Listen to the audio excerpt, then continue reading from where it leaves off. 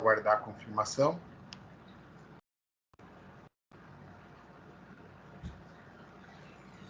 Ok, confirmação de gravação. Nós vamos para a nossa aula 3.3. Então, aula 3.3. Só alguém confirma para mim, por gentileza, se vocês estão vendo a tela. Eu estou vendo. Ah, maravilha. Então vamos lá, pessoal. Materiais metálicos, ligas metálicas. Tá? Então, quando a gente fala da materiais metálicos, ligas metálicas, nós temos muitas aplicações na construção civil. Nós podemos começar pelo cobre nas instalações elétricas das nossas obras. Tá? Uma coisa, só uma curiosidade,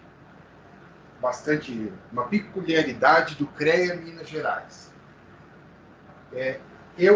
Como o meu CREA não é Minas Gerais, eu posso fazer projeto elétrico. Agora, quem é de Minas Gerais, não CREA Minas Gerais, não pode fazer projeto elétrico, devido a uma liberação do CREA de Minas Gerais. Isso aconteceu há alguns anos atrás, quando um engenheiro eletricista foi presidente do CREA Minas Gerais e ele aproveitou para criar essa restrição e gerar um mercado cativo para o pessoal da elétrica.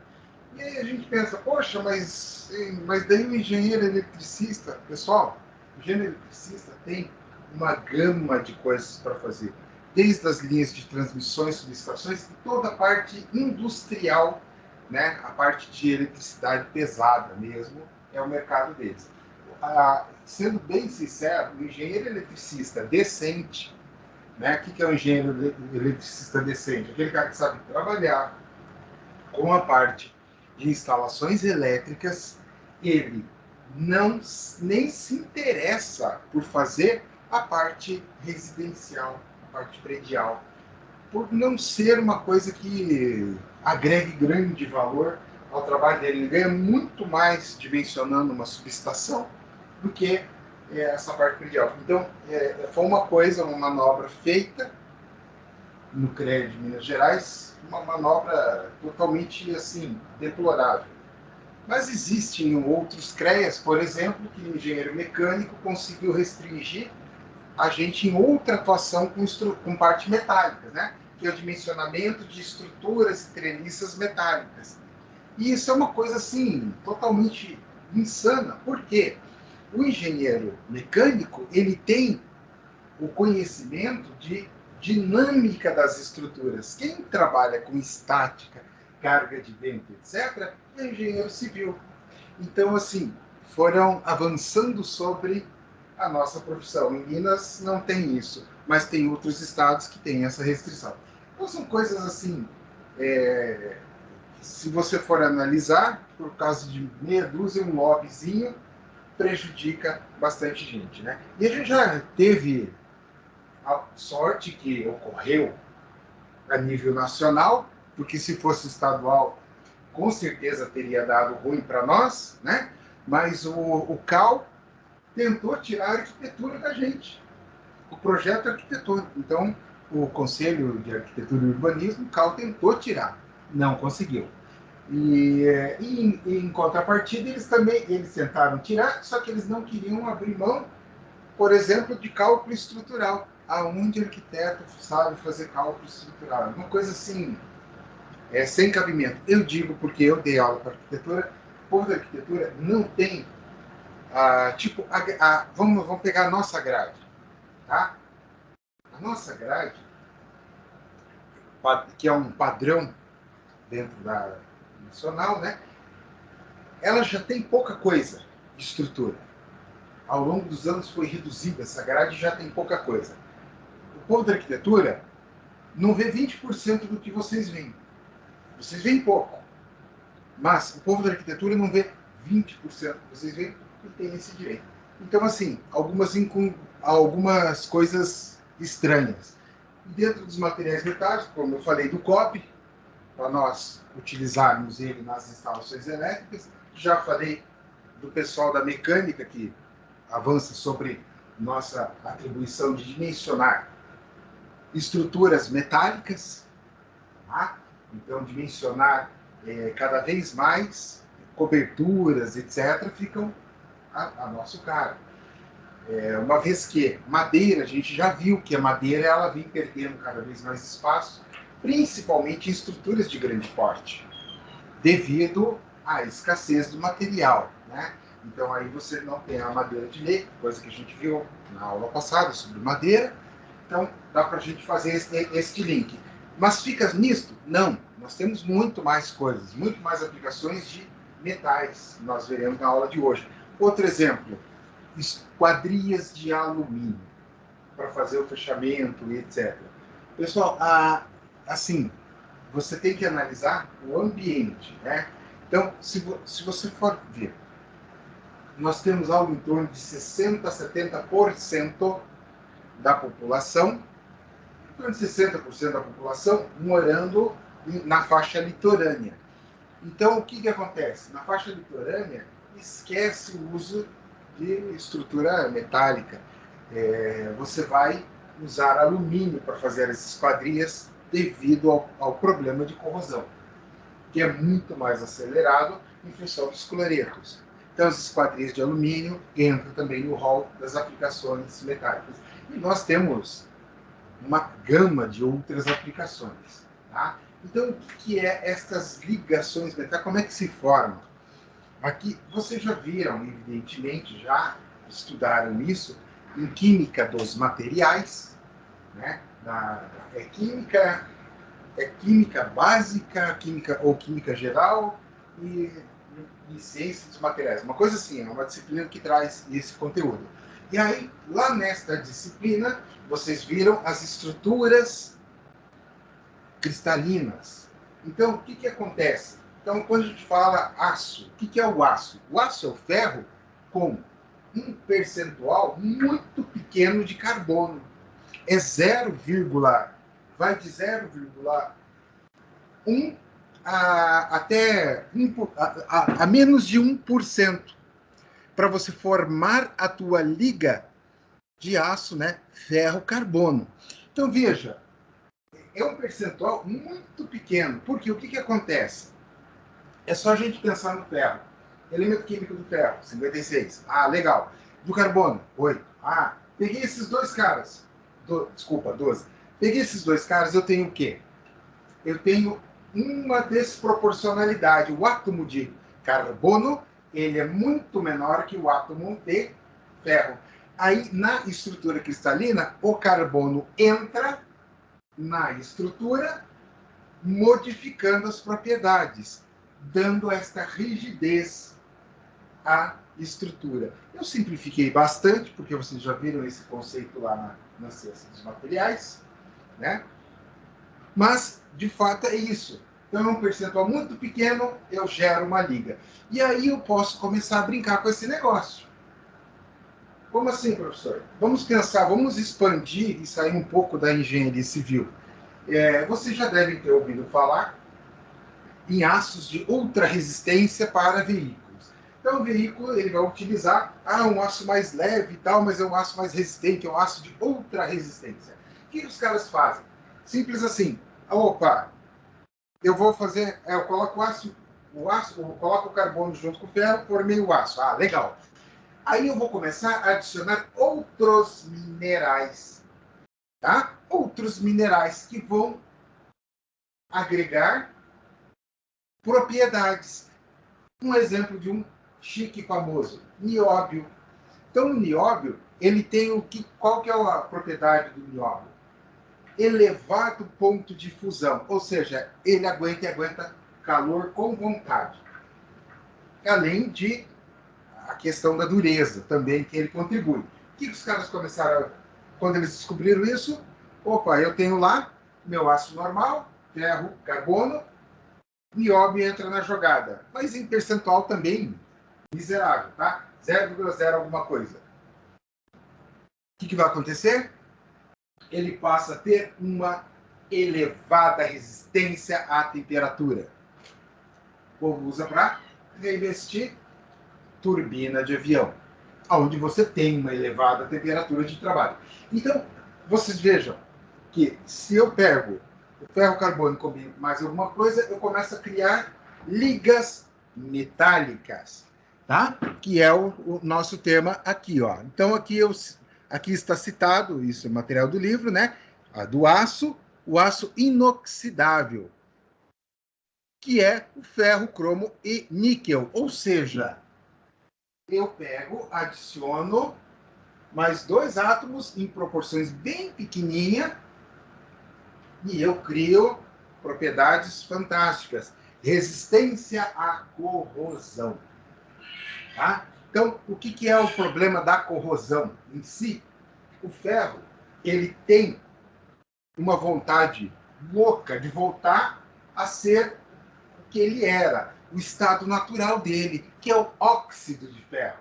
Tá? Então, se você deixa lá barra de aço exposta, os vergalhões, vocês podem observar. Ele vai tomando chuva ali e vai começando a criar aquela camadinha alaranjada, que é o óxido de ferro.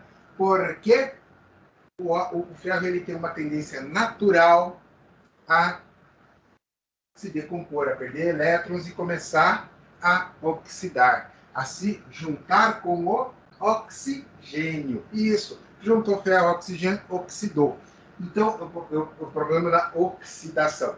Que se você tiver um sal, por exemplo, que é cloreto, ele é um catalisador.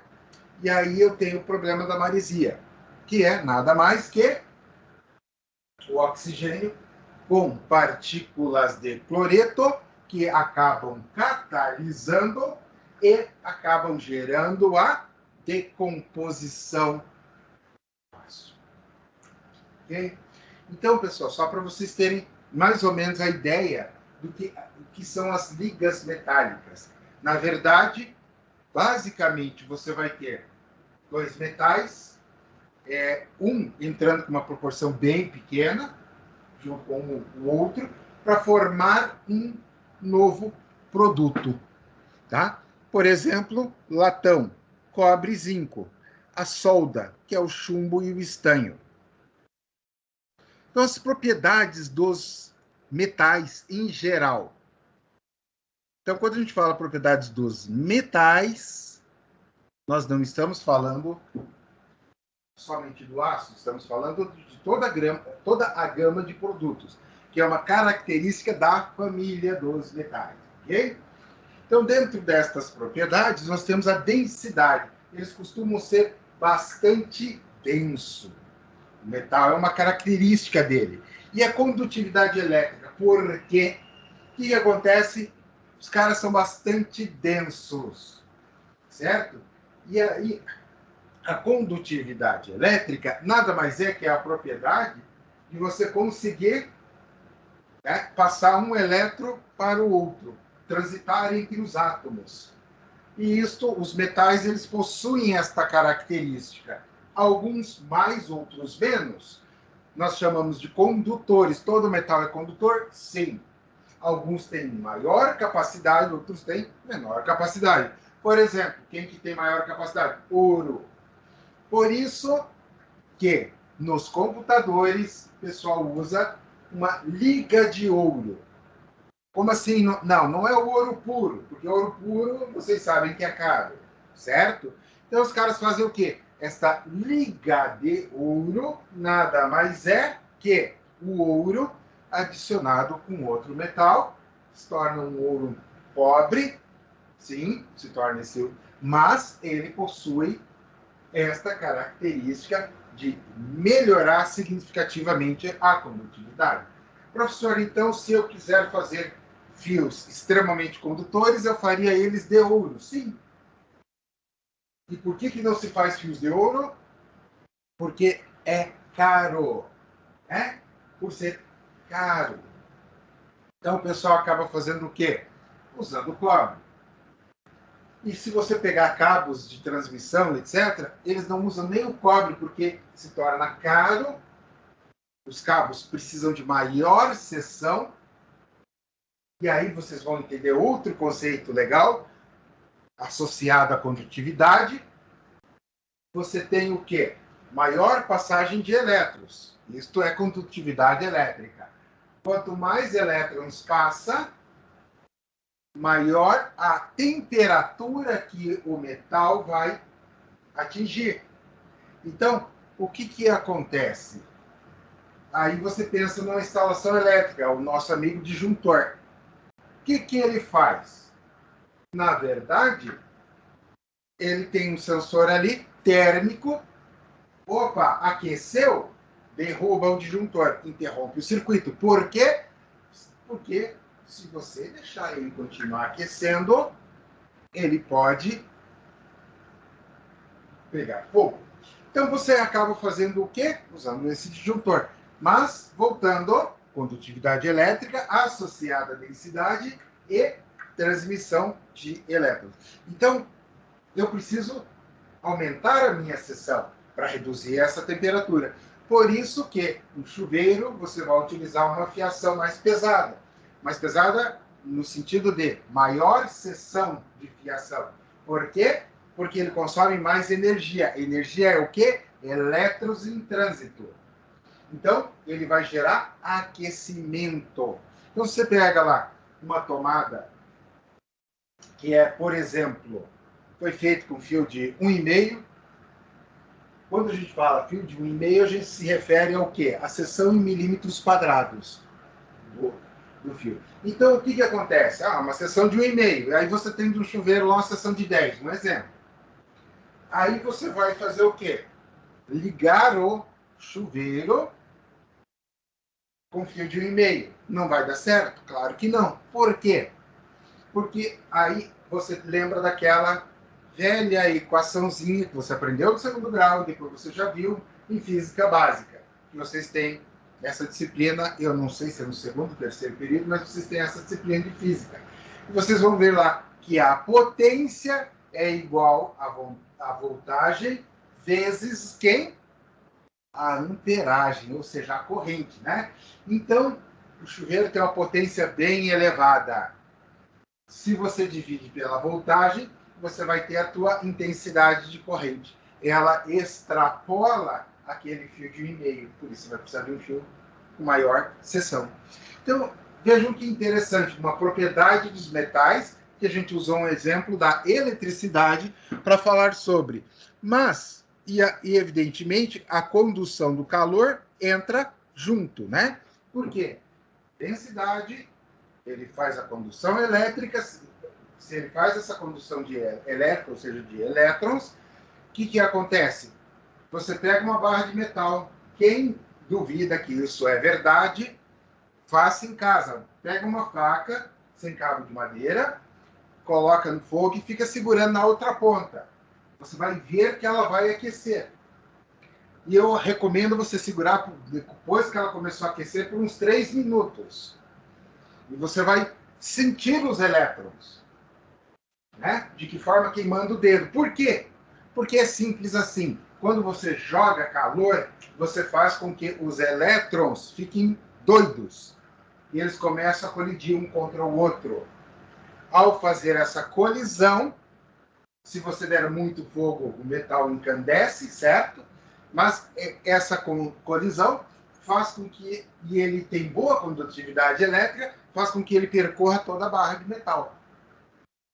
Então, ou seja, a condução de calor também é uma propriedade. Mas se vocês forem analisar, condução, densidade e eletricidade, está tudo associado. Não é uma coisa separada da outra. Resistência à atração. Os metais possuem essa característica de resistência à atração. O concreto armado, pessoal, nada mais é que esforço de compressão e tração. Compressão, você pega, é como se você pegasse, para aqueles, eu sei que tem alguns alunos do segundo período, mas a compressão é como se você pegasse uma laranja, um limão, e você aperta ele. Você está comprimindo, ok? E aí, e o que é atração? É como se você pegasse um elástico e puxasse ele. Isso é tração. Então, o concreto resiste à compressão, o aço à tração. Quando você junta os dois, concreto armado, você tem um material que resiste aos dois principais esforços, compressão e tração.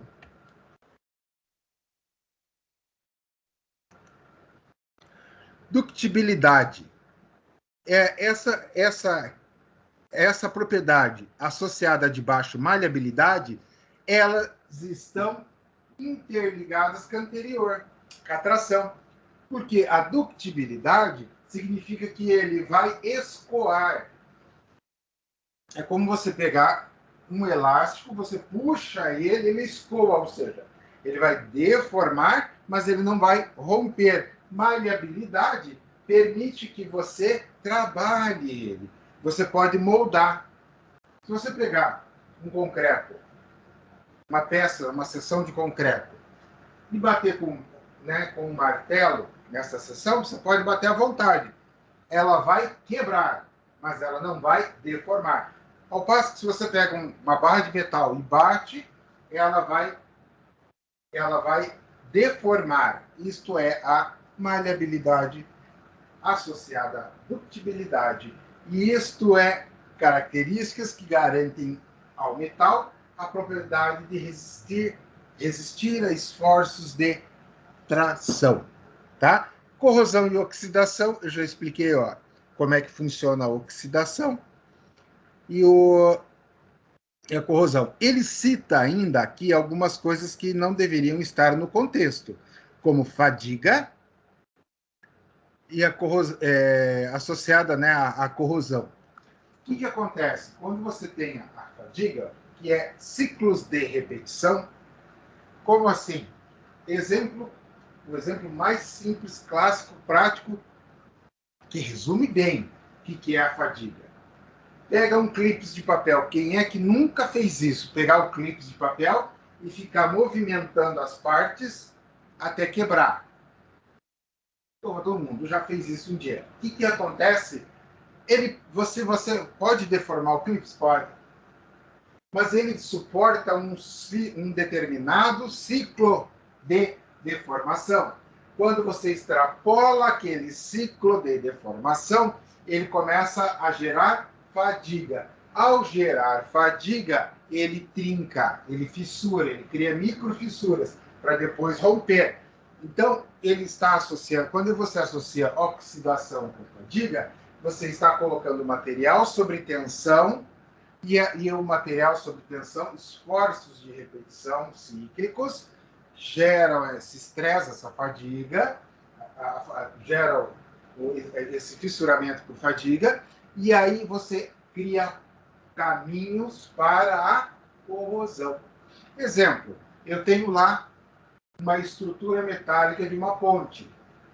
Ela está constantemente em movimento. Senhor, pode movimento? Sim, senhor.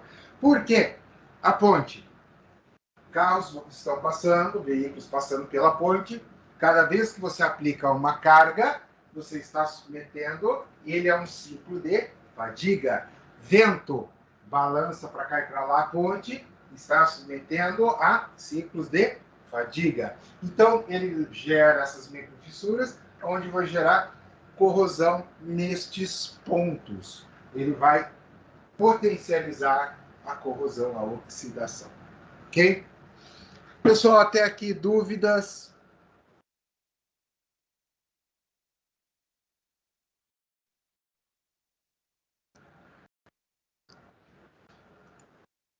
Segue o baile. Ninguém tem dúvida, a gente continua. O alumínio. Agora a gente vai falar sobre os metais, especificamente na construção civil. Eu já dei exemplos, já citei isso na introdução à aula, alguns detalhes, mas agora a gente fala um pouco mais sobre. Então, o alumínio. O alumínio, na verdade, o principal minério dele é a bauxita. E o que acontece?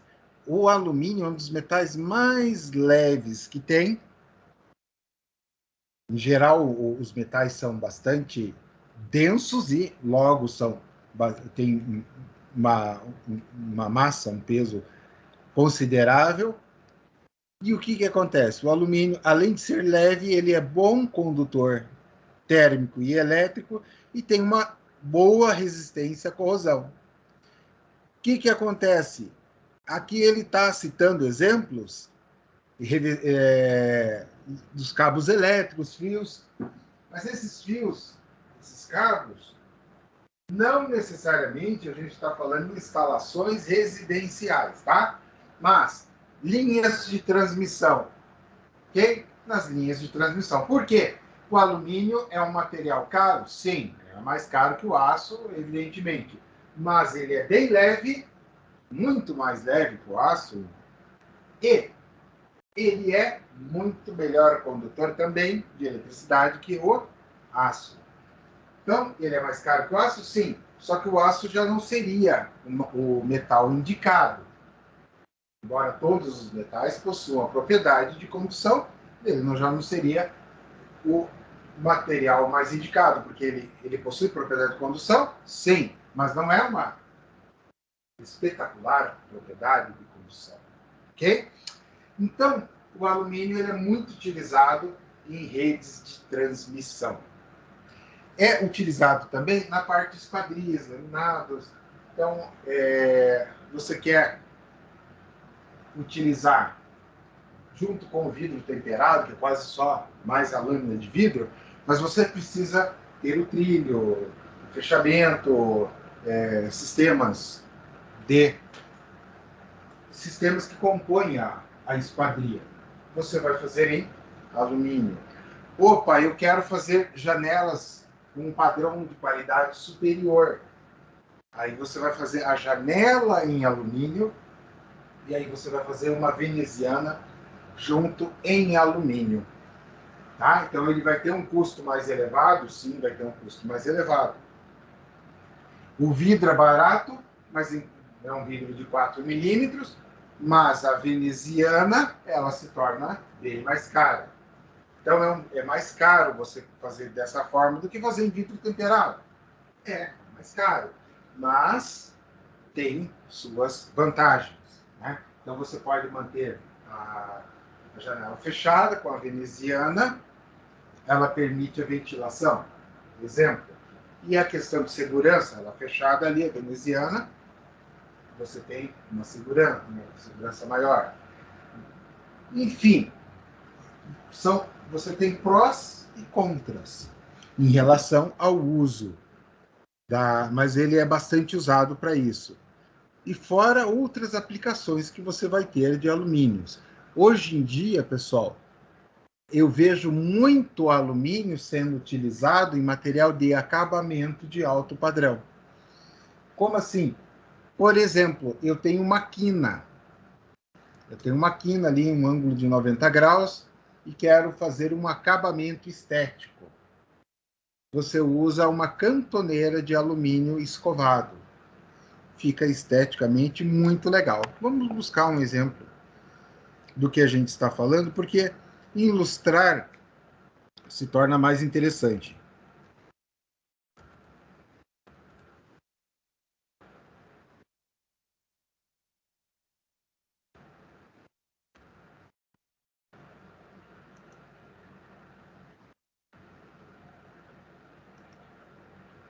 Pessoal, se vocês tiverem alguma dúvida, qualquer comentário, fiquem à vontade, tá?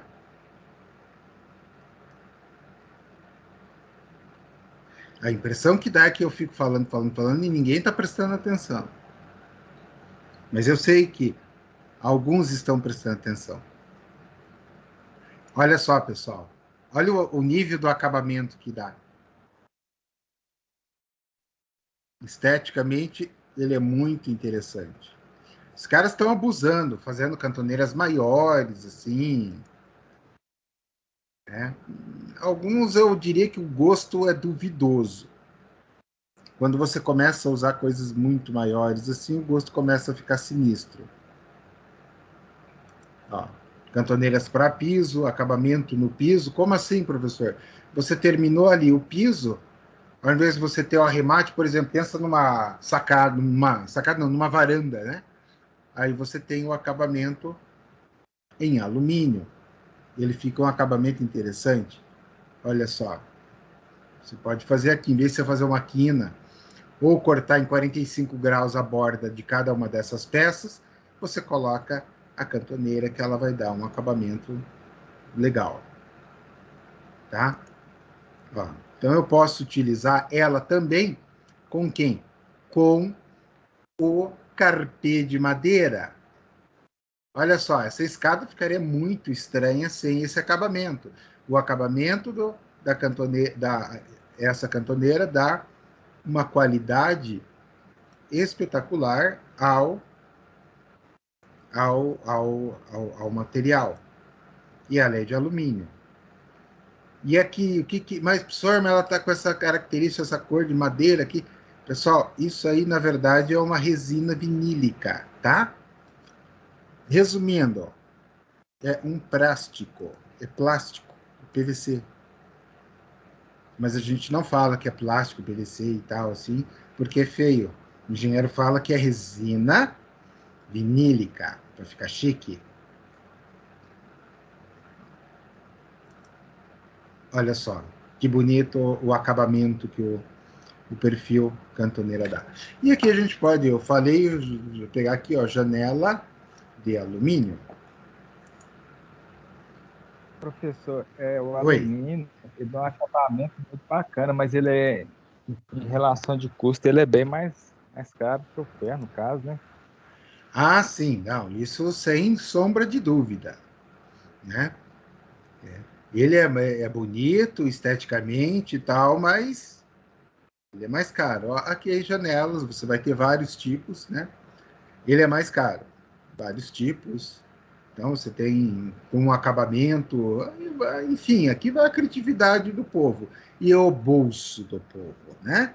Porque a brincadeira não é de graça. Não existe almoço grátis, eu já expliquei isso para vocês.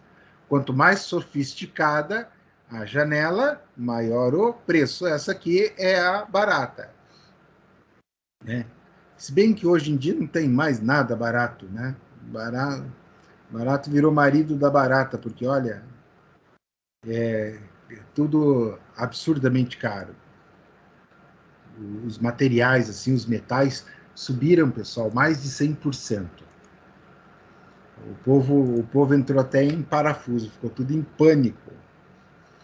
Quem estava construindo, construtoras e tal, por quê?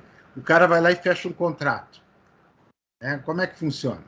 Fechou o contrato, olha. Tua obra vai custar 500 mil, beleza? Beleza. Só que a obra a gente sabe. Não é assim, ó, 500 mil, beleza, vai ali, compra tudo e faz a obra. Não. Você leva 3, 4, 5 meses. Aí o povo começou a fazer e tal, e 3, 4, 5 meses, entrou a pandemia, e foi e tal. Quando o povo se deu conta, o que custava 10 virou 20, 30 e foi, e assim escalonou. Todos os materiais. O professor, eu Oi. estava fazendo muro, aí a barra de ferro 3/8 que eu estava utilizando, eu estava achando a R$ 34. Hoje em dia a barra de ferro está R$ 80, R$ 90. Triplicou o Exatamente. preço. Triplicou o preço. Foi o que aconteceu. Imagina, você vai lá e fecha um orçamento. Ah, mas, pô, mas daí coitado do construtor. Não, coitado do construtor. Coitado de todo mundo. Por quê? Eu vou lá e guardei dinheiro para fazer minha casa. Pô, 10 anos economizando, juntando as moedas ali. Ah, vou fazer minha casa. Quanto é que vai custar? Ah, contratei lá, construtora, ó, 500 mil, te entrega a chave da casa. Maravilha! Feliz da vida, ó, tá aqui o terreno, começamos a obra. 3, 4 meses depois, os preços triplicaram. O que vai acontecer? Acontecer é o caos total. Por quê? O construtor não tem como bancar a diferença, ele não tem bolso para isso. E quem contratou, o cara, será que ele tem essa diferença? da grana. Ó, ia custar 500, agora vai custar 700. Então, isto gera uma instabilidade jurídica, né? Por quê? Porque vai acabar indo para a justiça, a coisa vai ficar feia. Se a construtora continua a obra sem ter a grana, o que vai acontecer? Ela vai automaticamente correr o risco de, se ela não tiver um bom capital, ela ter um prejuízo enorme. Mesmo tendo um bom capital, o problema é, se quem contratou não tem a grana para pagar, o prejuízo, novamente, enorme para a construtora. Então, esta insegurança em função dos preços, para nós é péssima. Para a construção civil, isso é péssimo, pessoal. Inflação e construção civil são coisas que não combinam. Por quê? Imagina o seguinte, eu vou construir para vender. Ah, beleza, eu ia vender por 200, vou vender por 300. Legal. Mas imagine este outro cenário. Eu vou construir, eu juntei a minha grana, tal, vou construir minha casa.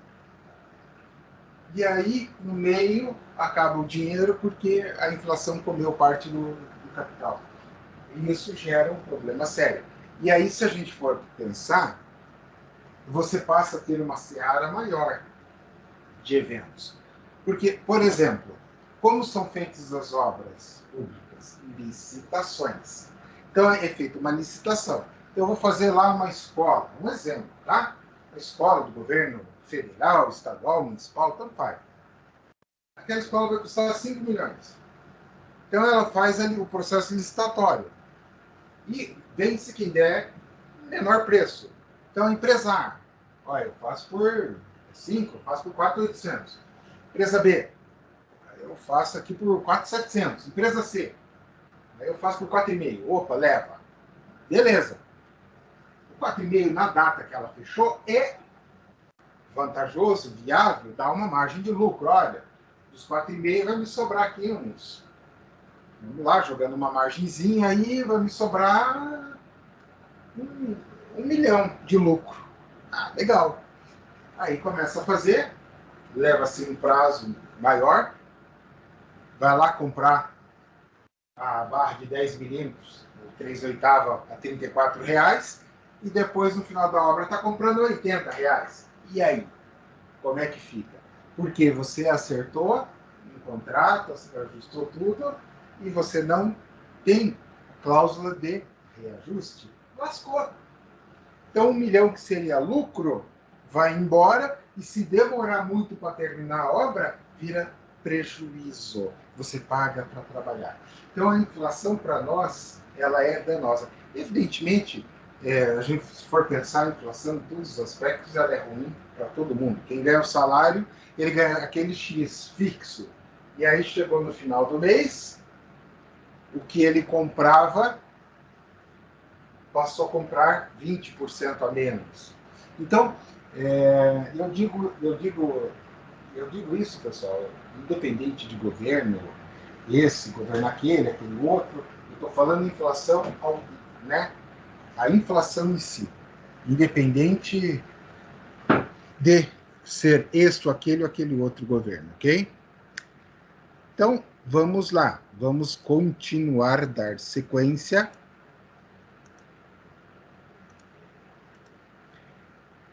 Nós vimos, aqui tem alguns exemplos, nas fotos das cantoneiras aqui, da nossa janelinha, que nós vimos, acabamos de ver.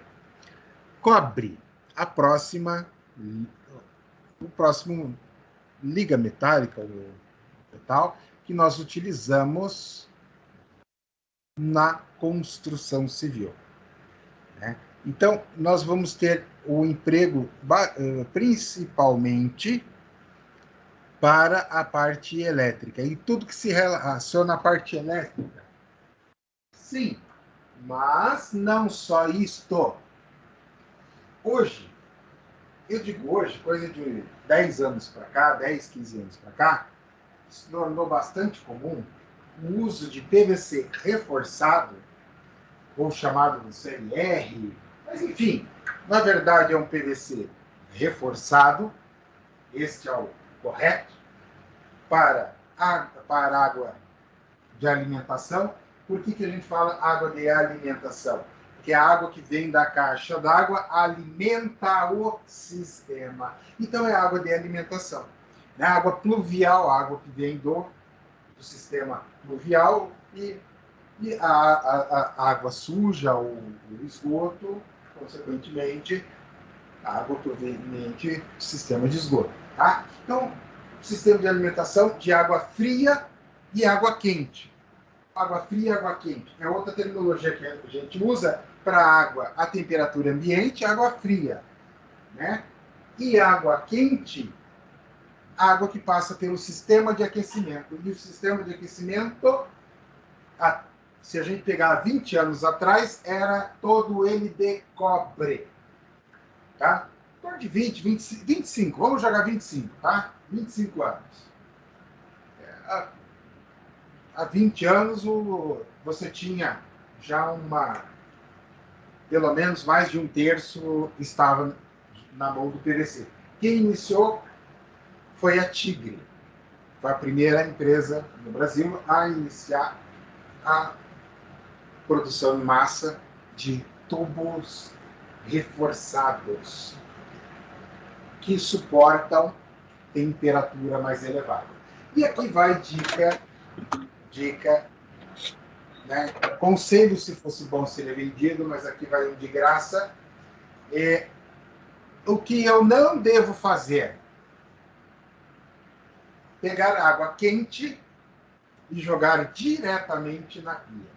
Ou seja, você, sei lá, cozinhei batata, vou jogar ovo, aquela água quente eu vou jogar direto na pia. Não faça isso.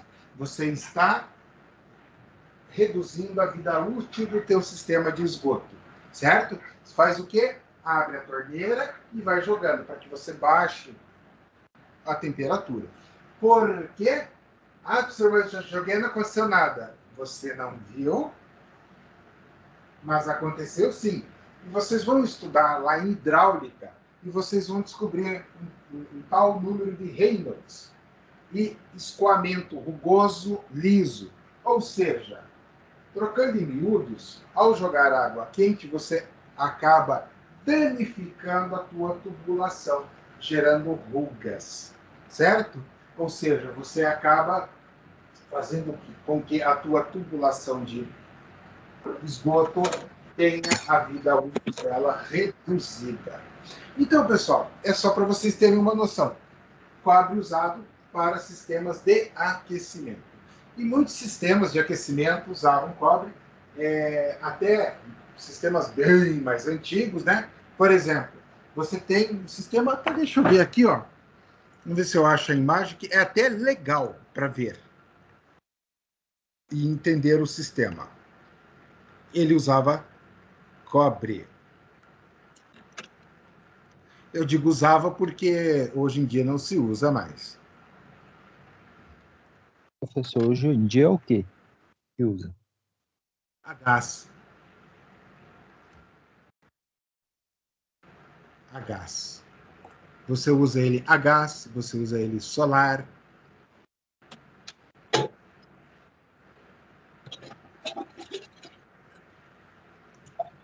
E isso aqui era um sistema bem antigo. Ó. Bem antigo. Ou seja, você tinha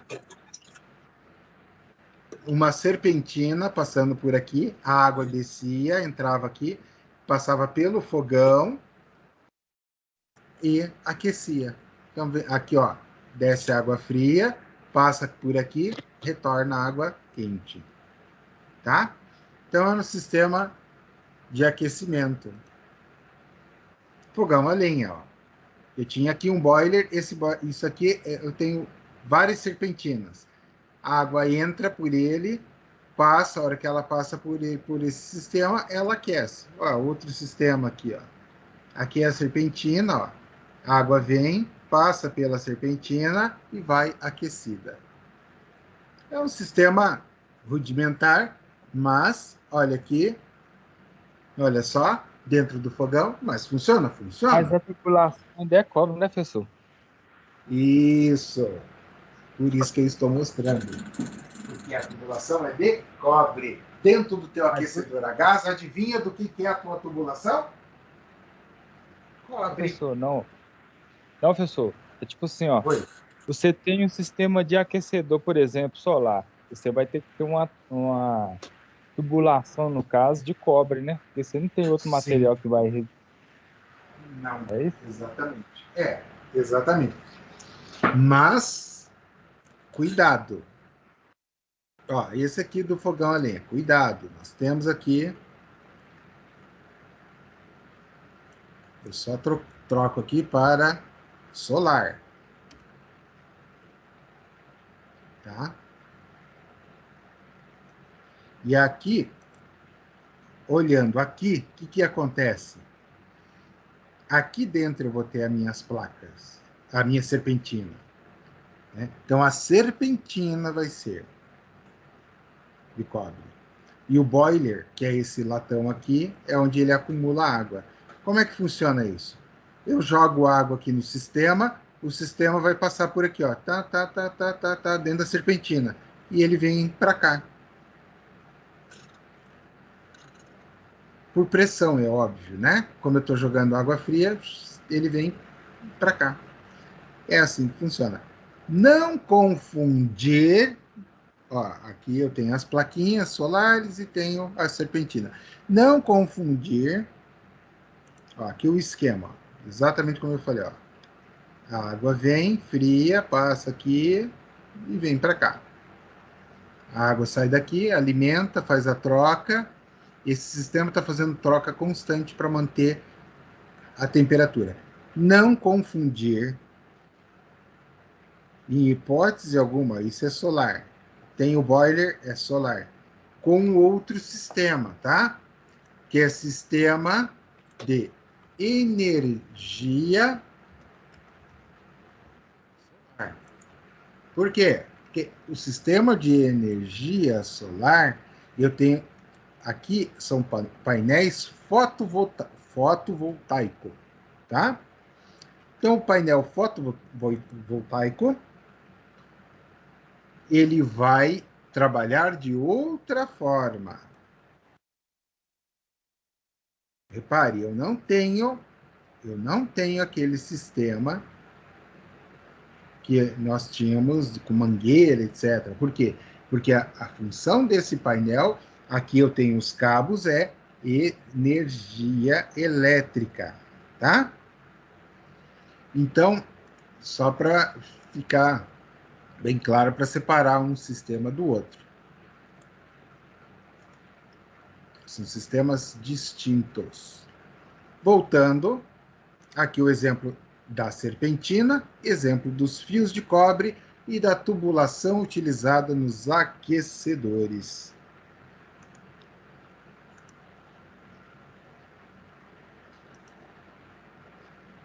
Zinco e latão. Então, o que acontece? Aonde que eu vou usar muito desse cara? O zinco, basicamente, pessoal, não se usa mais o zinco puro, tá? Antigamente, sim, usava. Ia fazer acabamento de telhado, etc. Usava-se o zinco. Hoje não se usa mais. Nós evoluímos. Hoje nós usamos o aluzinco, que é uma liga metálica composta de alumínio e zinco, para fazer cobertura. Então, o aluzinco, ele permite fazer uma telha extremamente leve e uma baixa espessura. Então, é muito interessante. E é utilizado, o latão já é utilizado, a gente pode utilizar um exemplo, calhas, para fazer rufo, para fazer o acabamento de telhados, ok?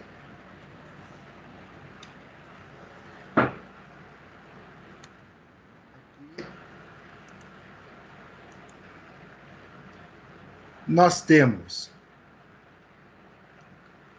Uma outra aplicação é em conexões. Então, essas conexões, elas são muito mais usadas a nível industrial. Por exemplo, um sistema de gás, um sistema de um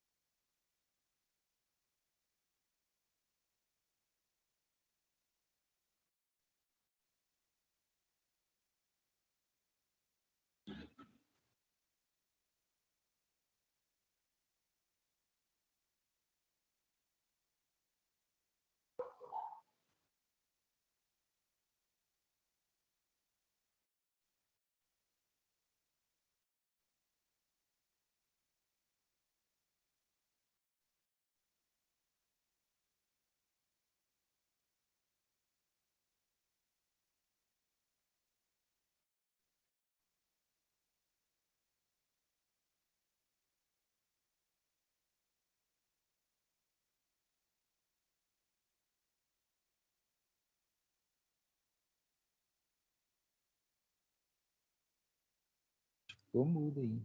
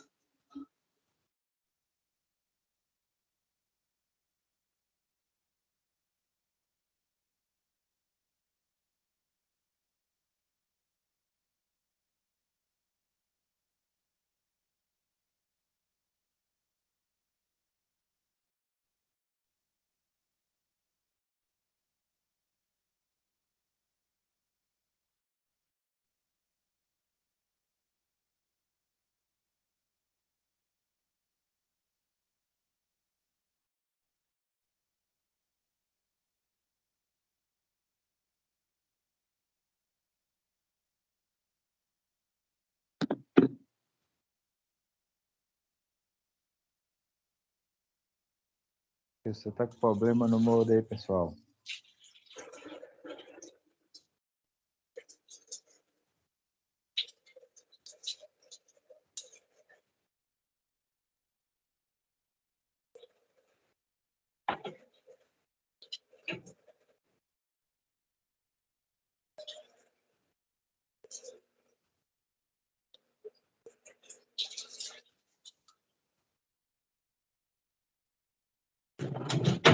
Ah, vai lá embaixo, pega meu shampoo, caiu lá em cima do teto. Pode, perfeito.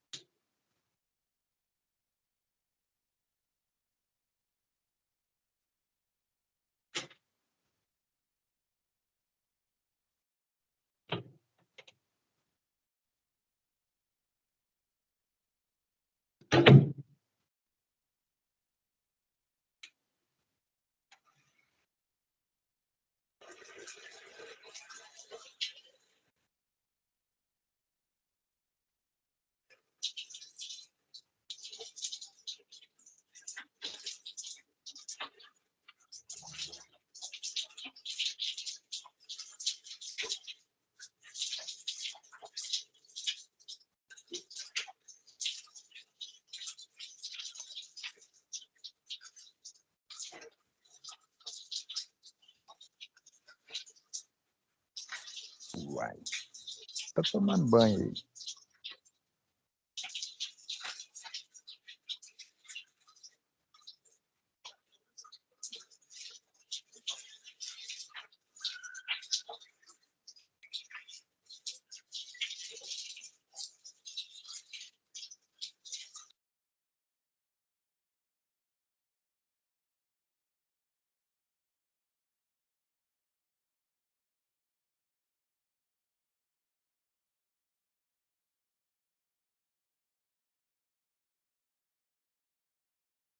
Bom, infelizmente a luz piscou e derrubou o meu modem e me deixou offline. Mas ainda bem que voltamos.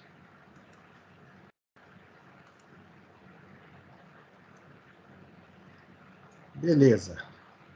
Então, retomando as instalações que usam este tipo de material,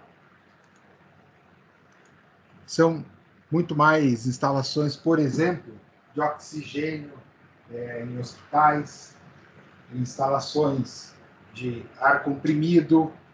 Então, elas vão utilizar essas peças, que não são necessariamente somente de latão, tá?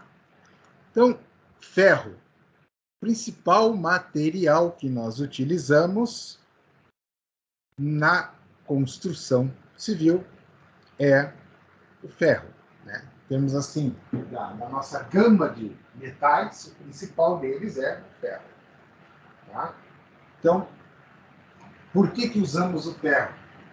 Voltando, o ferro, ele responde pelos esforços de tração, o concreto pelos esforços de compressão.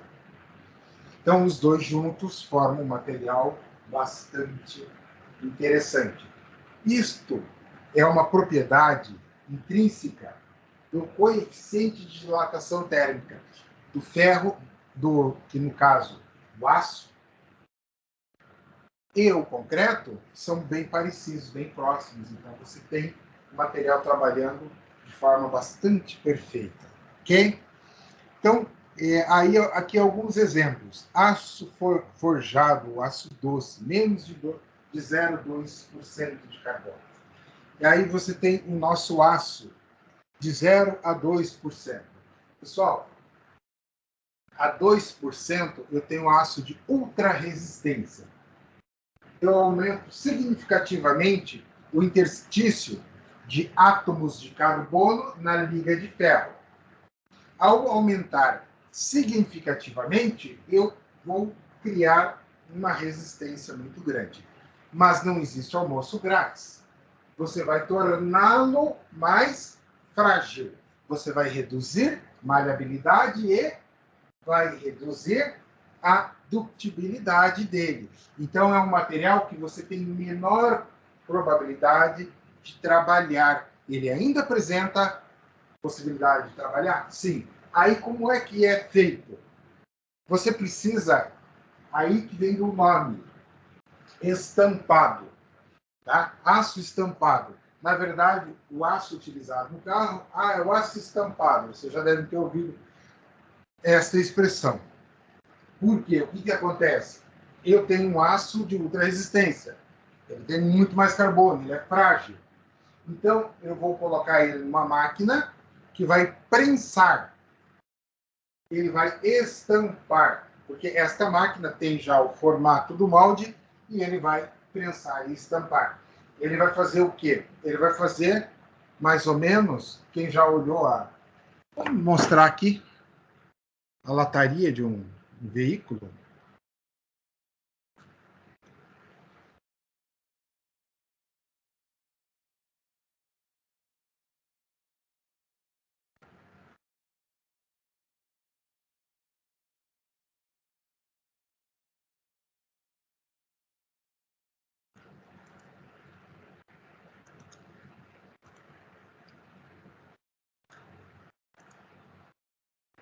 Então, olha só, pessoal. Olha só. Então, isso aqui, eu venho com uma peça que forma esta curva, daí vem uma outra peça por dentro. Vamos achar imagens melhores. Olha só. Então, aqui eu tenho uma folha, e aí eu tenho uma segunda... Ó, eu tenho uma folha aqui por fora, e eu vou ter uma outra folha aqui por dentro. Olha como é que é esse aço. É assim. Então, são camadas muito finas, ultra leve. Aqui, ó, a máquina de fazer telha galvanizada, que é o mesmo princípio de estampar, ó. Você passa aquela bobina e vai estampar. Olha só. Então, essa é a máquina. No caso do carro, você vai ter a composição das chapas. Deixa eu ver aqui.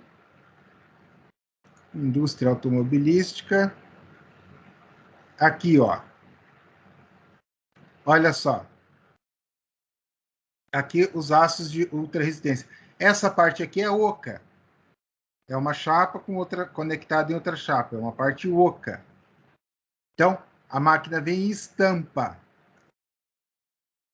E esses são os famosos aços de ultra resistência. Então, por que repare que eles são projetados na célula de sobrevivência? Esta é a célula de sobrevivência, onde vão os passageiros. Aqui não. Aqui eu não posso ter aço de alta resistência. Por quê? Porque quando você bater o seu carro, ele vai destruir completamente essa parte. Isto é proposital. Quando ele destrói essa parte, ele absorve parte da energia. Ao absorver parte desta energia, esta energia não é transmitida para os ocupantes. Esta célula de sobrevivência aqui, eu não quero que ocorra deformação. Então, aqui, em rosa, o aço de ultra resistência. Tá? Espero que tenha ficado claro, que você tenha entendido o conceito do aço de ultra resistência. Então, quando eu aumento carbono, espera aí. Quando eu aumento o carbono, eu estou produzindo um aço de ultra resistência.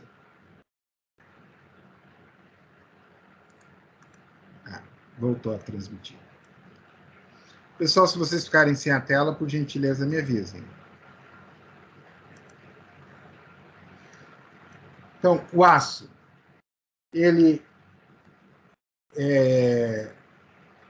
traz aqui em relação à mineração, de forma, eu até coloquei o trecho para comentar, que na minha opinião, é uma forma equivocada que vem na apostila, mas eu coloquei justamente para citar. Porque você não faz mineração de aço. O dia que você conseguir fazer mineração de aço, fale-me. Fazemos sociedade e ficaremos milionários. Tá? Você faz a mineração do quê? Do ferro, não do aço. Tá? Então, aí ele traz isso na apostila, eu achei interessante pontuar. Que o minério de ferro ele vem com impurezas e tudo mais? Sim. Mas não é a extração, essa mineração, ele colocou como se associada ao aço. Então, na verdade, você faz a extração do ferro. E como é que funciona isso? Você vai ter o ferro em percentuais. Então, você não tem o ferro 100% puro também, tá? Isso é uma outra coisa importante a ser observada. E aí, por isso que forma aqueles resíduos, aquelas montanhas de resíduos. Por quê? Quando você faz a extração, você vai separar o aço do restante do material. E o teor de aço, por exemplo, pessoal, ferro. O teor de ferro vai ser inferior a 40%, tá? Não é 35%, 38%. Essa é a média. Eu tenho 40%, 42%, 43%. Nossa, é uma jazida riquíssima em ferro. É muito rica a concentração. Então você faz aquela extração, sobra aquela outra parte é o rejeito do minério, que a gente já viu muito bem o que acontece, barragens a montante, a jusante, enfim, brumadinho. Então, as propriedades do aço, resistência à tração e à compressão, isto é uma propriedade do aço, só que ele tem uma resistência maior à tração do que à compressão. Resistência ao desgaste de impacto, a corrosão e a fadiga. Na verdade, ele pega um pouco das propriedades dos próprios metais. Quando a gente está abordando ali, ele tem resistência ao desgaste, ao impacto. Na verdade, essa resistência vem da propriedade de maleabilidade e ductibilidade. Então, ele recebe o impacto, ele vai deformar. Se o impacto não for muito grande, um pequeno impacto, por exemplo, ele absorve este impacto, faz uma deformação elástica e retorna ao ponto inicial. Vocês vão aprender isso em resistência dos materiais. Lá vocês vão aprender e vão aprender a lei de Hooke, a qual vai trazer toda essa explicação. Em relação à corrosão, você tem uma proteção maior à corrosão, mas não significa que não exista corrosão em aço. Detalhe, muito importante. Eu fiz a disciplina no doutorado, semestre passado, de corrosão. Mas é uma disciplina, sim, corrosão a nível bruto mesmo, mas é bem pesada. E nesta disciplina ficou bem interessante, claro, o seguinte, o efeito da corrosão em si, a corrosão, pessoal, a corrosão, ocorre também em aço inoxidável. Tá? Então, aço inoxidável. O nome remete à ideia de que ele não vai oxidar, logo corroer, mas ocorre, sim, corrosão em aço inoxidável. Tá? Depende do quê? Do ambiente, dos fatores de agressão vão gerar corrosão. Um dos lugares mais danosos do aço, por exemplo, o aço inoxidável, é leiteria. Então, o leite possui bactérias que geram essa corrosão. Vamos lá. Aplicações do ferro e aço na construção civil. Nós temos N aplicações para citar. Mas a principal delas são as barras e os vergalhões de aço. Né? Então, você vai ter lá o aço Ca50, significa aço carbono. Você tem lá o Ca50, que é o aço utilizado. Antigamente, o que é antigamente? Coisa de 15, 20 anos atrás, você ainda tinha Ca50A, Ca50B, que era encruado a quente, encruado a frio. Né? Hoje não se fabrica mais, não se utiliza mais o Ca50B. Mas você vai encontrar ele em obras mais antigas. Então, hoje é só o Ca50, só se diz Ca50. Tá? Então, o nosso vergalhão que nós usamos na construção civil, o qual você pode encontrar em polegadas e você pode encontrar também em milímetros. Aqui está trazendo a apostila, trouxe para nós em milímetros. Tá? Mas se eu pegar aqui a barra de 8 milímetros, por exemplo, 5/16. A barra de 10 milímetros, 3/8. A barra de 12 seria a nossa barra de meia polegada. E na verdade não é nem 12, tá? É 12,5, que é meia polegada mesmo. A 16, 3/4 e assim sucessivamente. Tá? Então são as nossas barras de aço. Ok? Dando sequência, aqui estão nossas barras de aço. Abaixo disso, pessoal, Aqui ele traz fios, ele trouxe meio misturado, até 9 milímetros. Mas, usualmente, a gente considera abaixo de 4,2 milímetros, 4,2 é barra, abaixo de 4,2 são fios. Como que eu sei o que eu estou medindo? Eu estou medindo o diâmetro da barra. Então, quando eu digo que a minha barra tem 10 milímetros, significa que eu tenho uma barra com diâmetro de 10 milímetros. Esta medida é fundamental porque quando você for dimensionar com o concreto armado lá no futuro, longínquo e distante hoje, mas que vocês vão ver que chega rapidinho, vocês vão ver lá em concreto armado, vocês vão trabalhar com esse diâmetro, vai te dar a área de aço. Ok? Então, você vai ter a área de aço. E você dimensiona a tua estrutura em função do quê?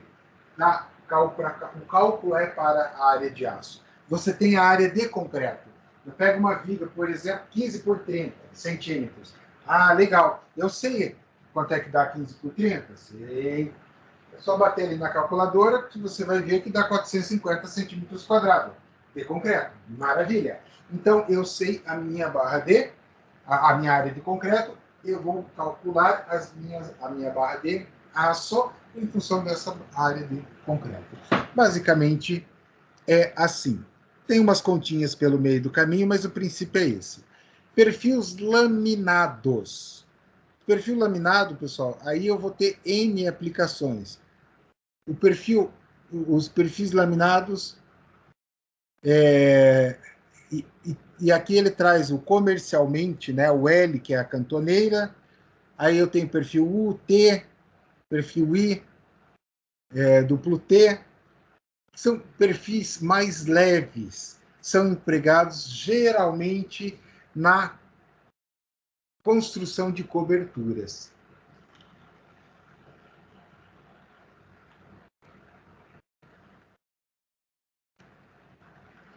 Ferro fundido.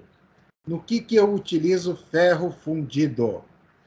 O ferro fundido, ele é utilizado nas redes de água e esgoto. Detalhe interessante que nós podemos observar é que eu tenho que ter uma proteção externa e interna. Então, aqui eu tenho, por exemplo, um filme de PVC.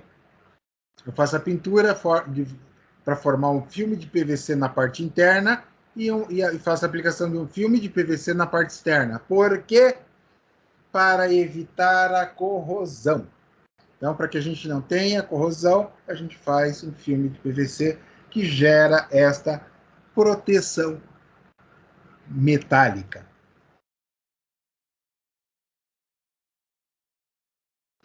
Nós vamos ter outras coisas também mais.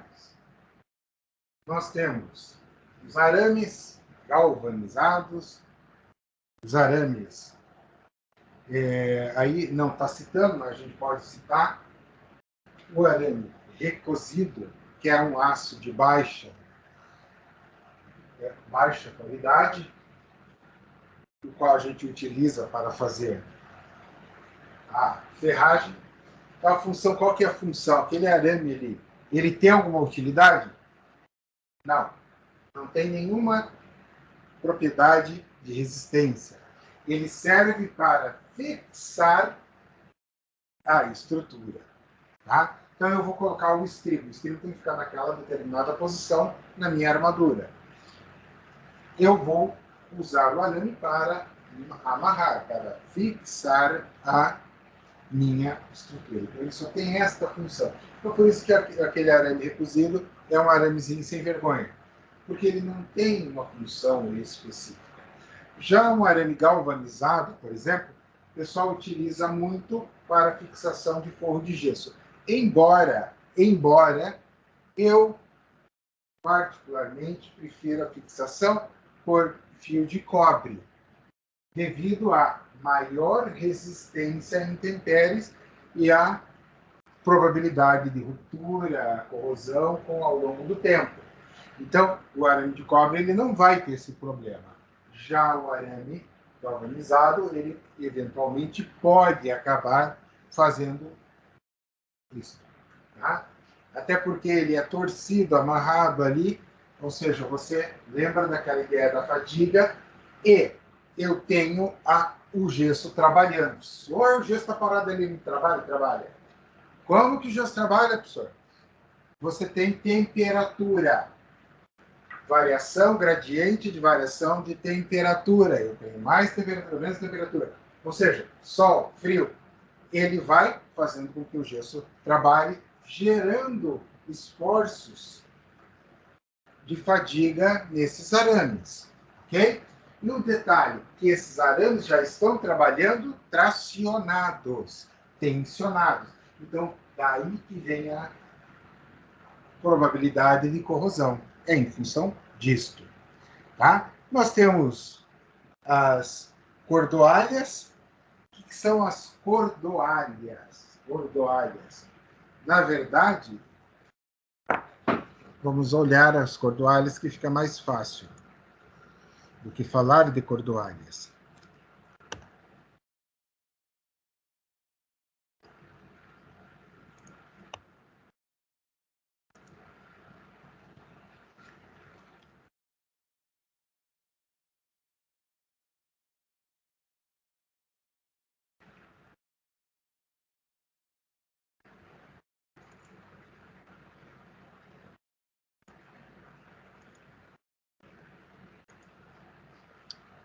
Então, pessoal, olha só. Aqui estão as cordoalhas. São fios, né? Basicamente fios, olha só. No que usamos as cordoalhas? No que usamos as cordoalhas? Nós usamos em concreto protendido. Protendido. Vem de de tensão. Protensão. São os tirantes, professor? Não são tirantes. Não, são protendido. É protensão. Olha só, eu pego esses caras aqui, que são as minhas cordoalhas, e vou tracionar. Quer ver? Agora,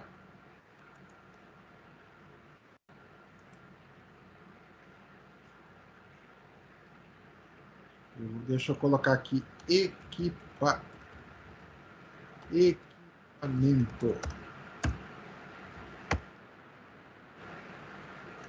Professor, qual que é a função desse trem aí? Esse trem aqui, ó. Esse trem aqui, isso? Isso. Você vai fazer o concreto. Nós já sabemos. Sim, mas veja, você está fazendo. Ah, opa, volta aqui. Olha só, você está fazendo aqui ó, a máquina. Você está fazendo concreto protendido. O que é? Protensão. Você está aplicando tração naquela cordoalha, esticando ela. Ao fazer isso, você estica, você gera esforço de tração, você coloca a tua estrutura em protensão. Você consegue fazer vãos muito maiores e reduzir consideravelmente a altura das tuas vigas.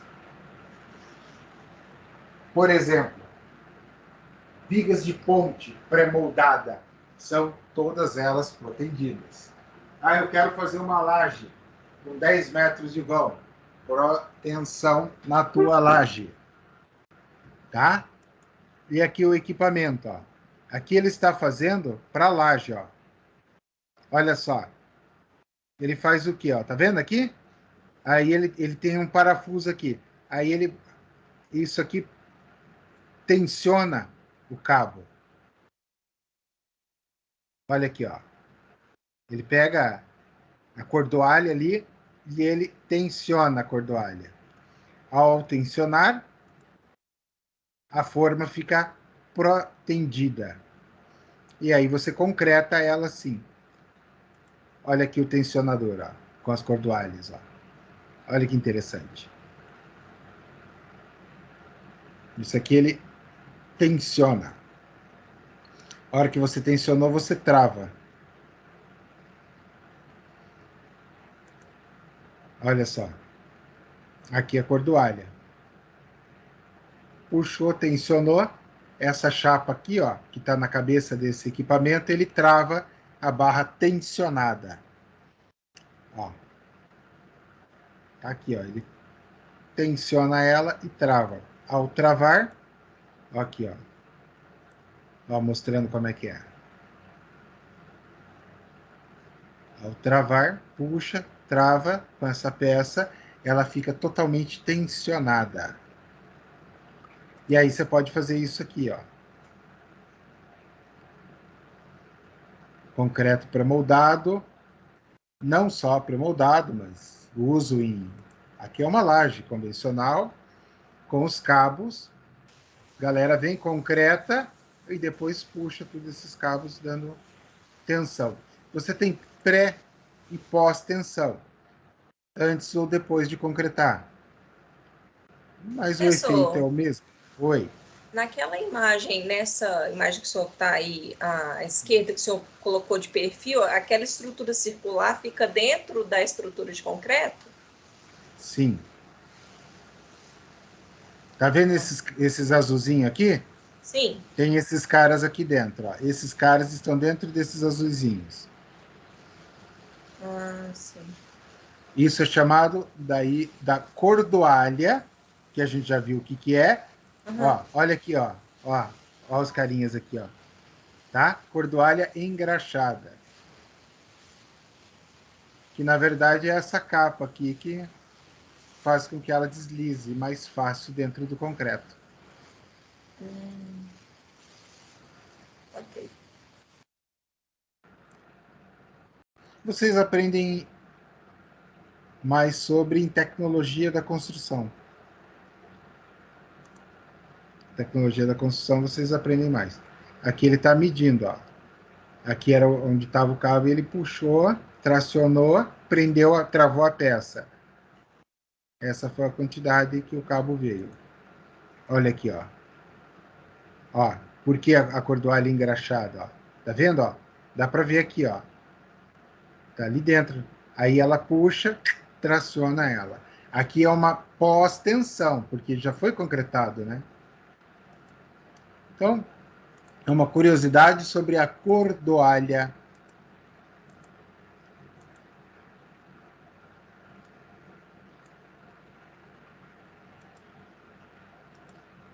Que ele traz aqui, cordoalhas. Pregos. Pregos a gente sabe, isso é o mais comum. Quem não foi criança e um dia brincou com martelo e prego, né, não foi criança de verdade.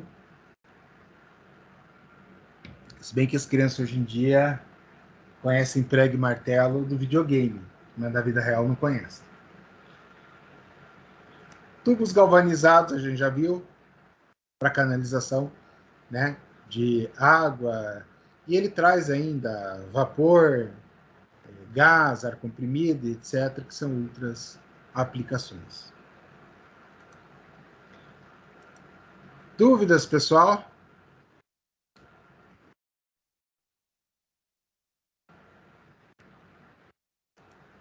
Alguma dúvida? Não, professor, tá tranquilo. Bom, então beleza. Dessa forma, nós terminamos a nossa aula 3.3, tá? Vamos fazer um recreio, e após o recreio, após o intervalo, retornamos para dar uma olhada na próxima aula, que é a 4.1, que nós vamos ver na sequência, a aula 4.1, a qual aborda materiais poliméricos. Então, nós não precisamos ver toda a 4.1, que nós temos ainda mais 3 aulas, tá? No nosso material, nossa apostila.